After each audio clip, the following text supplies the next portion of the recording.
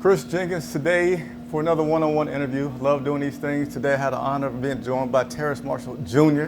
Today, appreciate you joining.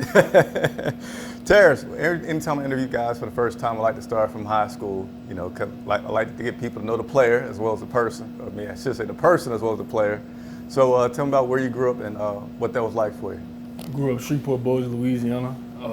You know, great time growing up, you know, a lot of close friends, you know, I was real close with my family, close with both of my parents. Got a sister, we grew up together. We 15 months apart actually. That's it? Yeah, so I mean, you know, growing up it was nice, you know, parents always made sure I had, you know, what I needed. Definitely saw the struggle before, but you know, I mean, you know, family endured through that, and we persevered, and now we're here. Okay, and you went to high school in the Bossier City area, right? Sure. Gotta ask, love asking these pro players this question. Give me a high school football memory. First one to come to mind. Man, my first game. Yeah? My first game. As a freshman? As a sophomore. I was okay. 15 years old. I didn't even start that game. It was a senior starting over me. Yeah. And I mean, we was kind of rotating, you know, but he was, you know, getting more reps than me from the preseason and all that. But, I mean, I got in my first play, first touchdown. What was the route? It was go route. It was a go route, first play. I got in there. I remember the play was, I think it was called void right. I think it was blast right pass. Yeah. I remember that play. Okay, how go route? How far? Score. It was like 75 yards. Yeah. Was it mostly run after the catch or yeah, pretty? Run after the catch. Okay. I caught it after like 30 yards, and I just ran in, and then that game I went for I was like 6 catches for like, was it like 197? Okay. 2 touchdowns. So what happened the rest of the season? I started the rest of it. Started every game from there, and then that's when everything took off, and that's when I really knew that, you know, I was a legit receiver and that I had a chance. Okay, so that success took you to LSU, where you had a little bit of fun. Tell me about playing ball at LSU. LSU was great times, you know. Obviously, we won a natty while I was there. So you got a ring or something on you? Where's it at? I ain't got it on me, man. Come on, man. Put up right now. It's at the crib. Okay. So, but yeah, man, the times was priceless there. Definitely, you know, grew as a person and as a football player. You know, definitely a big part of, you know, who I am today. LSU, you know, they molded me into the man I am. So, I mean, I'm all love towards LSU, and I had a great time there. Okay. I know it's a lot of good wide receivers that come out of LSU, but enough don't come through Carolina, man. The last guy from LSU that I got a chance to interview was Brandon LaFell. Yeah. I was like, man, but we get a lot of linemen and other positions that we've gotten from LSU as well. So I'm glad that we got another LSU guy. I'm glad to be here. Let's talk about adjustments as you go from college to the pros, right? Both like the lifestyle adjustments and professional adjustments in your job. What has that been like for you? It's been, you know, it's been a journey, you know, from when I got drafted to now. I mean, on and off the field, you know, definitely learning every day, you know, reflecting on things, you know, that I can, you know, continue to get better on, you know, as a man and as a receiver, you know, for the Carolina Panthers. So, I mean, it's been, you know, great. You know, I feel like I've been, you know, progressing each and every week. You know, definitely finding something new, you know, with all the vets around, you know, on the team. Christian McCaffrey, Stephon Gilmore, Cam Newton, DJ Moore, Robbie, all of them guys. So, you know, just, you know, constantly, you know, trying to learn every day, you know, just to become, you know, great. As a rookie, though, has there been things where maybe you used to, I don't know, leisurely watch TV or leisurely do something, but now you say, man, I got to put more time. So any adjustments like that? Because I know some guys even talked about having to change their diet, having to pay more attention to that. I feel like one big thing that I did change was my diet, you know, eating, you know, make sure I meal prep and stuff. But as far as just coming in and just taking care of my body, you know, I'm learning every day how to be a professional, but I came in, you know, with the mindset, you know, to work. I mean, I knew what I was getting myself into, you know, this is a big deal, it's a big job, and every day you got to come in, you know, with your head on right. So, and I'm constantly, you know, every day learning that, you know, day by day, and just applying it on the field. What's been the biggest challenge playing at the NFL level for you as a rookie?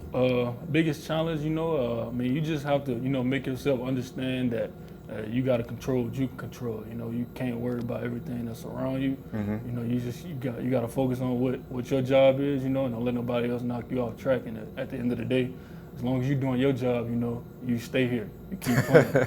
So, and that's what's real, you know. So I got a family to feed. So, I mean, every day I come in. You just put a song in my head, man. I'm not gonna sing it, but go ahead. So every day I come in, man, it's my mind on the grind. That's it. My job, controlling what I control. Got you. Now you had an unfortunate injury already, having a concussion, and I've heard all the time, even before you're a rookie, you know, your best ability is your availability. What was that experience like for you as a rookie? Because I know you want reps, you want repetition to get used to things. How did you deal with that? What was it like? I mean, you know, for the first couple of seconds, you know, you think, you reflect back on everything, you just looking, trying to figure out why, you know. But at the end of the day, you know, we can't question the man upstairs, you know, God. So, I mean, I just, you know, put my head down, recovered, and just kept grinding, you know, just to get back out there and, you know, to keep going. Did you have any hidden moments of like, okay, man, I had to sit, what was it, about 3 weeks you were out, I think? Yeah, no, it was 2 weeks. 2 weeks. Did you have any moments where you said, well, okay, I'm gonna take advantage of this by doing this while I'm out? Was there anything like that happened for you? Man, really just all mental, you know, just, you know, trying to get better mentally with the game, you know. I had to take a little time off, you know, watching TV and stuff like that, watching film, you know, because of my head. But, I mean, for the most part, just, you know, focusing on my mental, making sure everything good with myself, you know, first before I get back out there, so I can give, you know, the Panthers my best effort. Do you have anybody that's like a mentor to you, whether it's on the team, off the field, that's also kind of helping you with this NFL life and abilities? I mean, I talk to my mom every day. You Okay. know, she make me better every day. Where mom at? She in Texas. It's in Texas, okay. She in Texas. And I got a spiritual father. Okay. My pastor. Okay. We talk daily, you know. Okay. Man, they just keep me going. My pops, my little sister. I told you we could talk for 20 minutes. I got some other stuff that you're saying. I'm like, I can't jump order, but there's some other stuff that I can't wait to hear your response to that I want to talk about. But it's good to hear that stuff that you're saying about who all that's in your circle for you. Welcome to the NFL moment. Lots of guys talk about having one. Have you had that one yet? My first game, actually, welcome to the NFL. When I walked out there, bro, like, it was preseason. Like, I had to take a moment, you know, just thank God, man, because I wouldn't be in this position without him. You know, definitely I've seen times where I've doubted myself and, you know, just looking at the future, trying to, you know, picture, and I couldn't picture, you know. And it's just amazing, you know, that I'm in this position. I know, you know, where I'm from, like, it's not, you know, too many that make it out. So, it's, you know, it's a big deal, you know, making it out, you know, where I'm from, you know, to keep that road going and being an inspiration. Okay. You know, So we talked with Brady Christensen yesterday, and again, going back to rookies, adjustment after adjustment with the life of a rookie, and learning. The big thing is like this NFL is a business, right? Joe Brady was released just about 4 days ago at this point, maybe 5 days ago. What was that like for you? Because I'd imagine you have a little bit more experience with Joe and personal, but what was that like for you going through that? I mean, man, we in week 12 now, and pretty much I done learned a whole lot about the league. I mean, not one day is promised. The next day is not promised in the NFL, and Joe already know that. You know, him being the business-minded person that he is. You know, so I mean, I wish him, you know, the best. You know, at his next step, his next journey. You know, wherever he goes, I wish him the best. But I mean, this is the business, and like I said, I got to control what I control. And I'm still in the season, so I can't. I got to look past that and keep focusing on my job. Gotcha. And speaking of the business, unfortunately, we've had to go through a new number of quarterbacks here in Carolina. As a wide receiver, when you get a new quarterback, are there certain things that you need to do in order to get in sync with him, or just what is that like when you get a new quarterback? What are you trying to do to make sure that you guys are clicking? It's just all about repetition, chemistry. You know, just constantly, you know, running routes with each other, make sure y'all on the same page. That's what we do here. You know, at the Panthers, we always running routes with the QBs, always getting our timing down. You know, we always talking, communicating in the film room, on the field. And I mean, that's just what make you know, click. So that's something that us media people and outsiders may make more big of a deal in than it actually is, because you guys have been playing ball forever. So is it really not that big of a deal when you get a new quarterback in terms of getting the sync and things together? Yeah, it's a big deal. You know, getting in sync with your QB. You know, I mean, just being in sync with your team. You know, we all help each other, so we all got to do our job so the next person could succeed. So, I mean, that's just how all of this works. It's not a one man band. Okay. Well, you talked a lot about appreciation of being at this level. When you got that call draft night. Tell me about it. Walk me through it. Man, it was, I don't It know. couldn't have been like, unexpected because when I was doing my research today, I saw this Terrace Marshall first-round draft pick projections. Yeah. I know there's some happiness though. Yeah, that it wasn't unexpected, but I mean, man, it was, when I got the call, it was like, it felt unreal. It's something I've been waiting on since I was 5 years old. I used to have the NFL clock on my lock screen, growing up. Yeah. It's just something, that I always dreamed, of, since I was a kid. I mean, a lot of people have rap dreams, a lot of people have stuff they want to do, travel everywhere. Like, coming to the NFL, brother, like, that was my number one goal, growing up. It was NFL or the NBA. So Did you play basketball? I did. I played basketball. I guess just in high school you didn't play Yeah, it was any. high school, yeah. And what was that? Give me a little bit. I had one off in basketball, but it was pretty much after I had gained a lot of football offers, so I had pretty much brushed it off. Gonna focus on football. Yeah, I hooped for fun though, and I ended up not playing my senior year because I was graduating early. So. Gotcha. Did you have an injury in high school or college? It was the high school. My senior year, yeah. And you still got that offer to go to LSU. Yeah. I said, man, that dude must be good. How many games did you play your senior year? I got hurt the second game of the season. And didn't play anymore. Nope. Man, that's blessings. Yeah, I mean, that's blessings and talent. Yep. Man, that's okay. Good. All right, man, we got wrapping up some short phrases that I'm gonna throw at you. If you struggle, I'll help you out, but I think you're gonna jump right on it. So when you hear the phrase, just go ahead and tell me a story about it. You ready? All right, 3, 1, 8. That's my city, man. That's what it's tatted on me. It's on my arm. It's in my heart. Everything I'm doing, I'm representing my hometown. I mean, I love to get back to my hometown. Love all the people in my hometown, and I just, I want to continue to put my city on the map. Is that where you stay in the off season or nah? Nah, that's probably not where I'm gonna be at this off season. Gotcha. But is it right outside of Shreveport? You talking about what you talking about? Where you grew up? No, it is Shreveport. Okay, it is Shreveport. Yeah, Shreveport and Bossier is the same thing. Same thing. Shreveport, I stayed in Shreveport until my parents divorced. Right. And then me and my mom, we moved to Bossier, but it's just across the water. Okay. It's okay. right there. All right, next one. I forget why I wrote this, but okay. The number 6. Yeah. 6, that was my number in college. My mama told me it meant something. I forgot what she told me, but it means something. It's a meaning behind it. But 6, that was my number in college. Actually, that was a number. It's a funny story. My number in high school was 88. Okay. But I wanted 6. My freshman year, I was 6 on the freshman squad.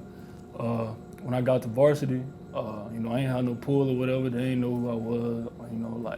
So that was like the only receiver number we got is 88. So I'm like, 88. I'm like, all right, I take it. Make something out of it. So right. I ended up, making something out of it. And then when I got to college, to LSU, a senior had 88 that I couldn't. You know what I'm saying? The senior had it, and they didn't want to take it off of him. So they was like, we got 6 of them. So I'm like, yeah, let me get 6.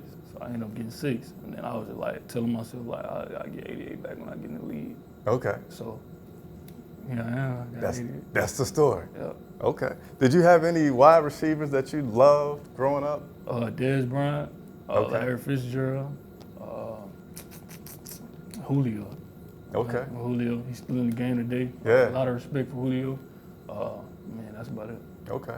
And the last one, you ready? This is a phrase. Yeah. Meant to be. Meant to be. Yeah. Meant to be is all in God's hands. That's something my pops came up with. In 2015. God put it on his heart. That's just pretty much what we live by. Me and my family. Everything is meant to be. It's all in God's hands. Live every day. With no regrets. Everything that happens is happening for a reason. It's all a part of your story. It's all a part of your journey. So you got to keep pushing. Everybody got a happy ending. But everybody got, this long road, a long journey that's gonna have bumps in it. You gotta see yourself through and just understand that God on your side, every step of the way. So, that's what I live by, that's the motto. How many times, I'm sure it's tons of them, but how many times has that spirituality been so helpful to you this year with everything? Man, I wouldn't even say not just this year. My whole life, definitely growing spiritually, each and every day. We're trying to, and it play a big part, in my mental, and I give advice to everybody, us going through mental health, because I've been through some things that that have caused me to be in depression at my lowest. So I mean that thing that brought me out was my faith in God, and praying and talking and seeking Him. So I mean that's how I got to where I am right now. So okay. I won't talk more about it, man. But you were saying stuff earlier about your pastor being one of the people you call. Man, I don't want to talk about this, but we talk about everything. We're gonna wrap up here with the last question, man. We are week 13, about 5 more games to go. What is it that's important to you to achieve or work on to the end of the season? Yeah. What's that for you? Man, my biggest thing is to go hard every day, taking it one day at a time. You know how people get antsy, at the end, and, when they see the finish line, and all of that. Like I'm taking it one day at a time. I feel like this is the time where you really get better if you just really, take heed into your work. So I mean, I'm just, just real focused right now, overly focused. Just controlling what I can control and just taking advantage of my opportunities. Because I want to be great. So. Now the NFL season is already longer than the pro college season, and now we got one more week. We are, again, I forget, week 13, 14. What's your body feeling like? My body feel good. I mean, I'm in the training room every day, make sure I take care of my body. And I feel like, as long as your mental right, your body will be good. As long as you take care of it, it'll take you a long way. So I'm just focusing on that, correlating that together. And I love football, so okay. I'm keep going until I can't no more. Okay. Well, hey, man, I'm going to keep cheering for you. I appreciate you taking the time. Thank you so much. Appreciate it. And like I said, keep cheering for you the rest of the season. All right, thanks Sure. for watching. Thank you guys for watching.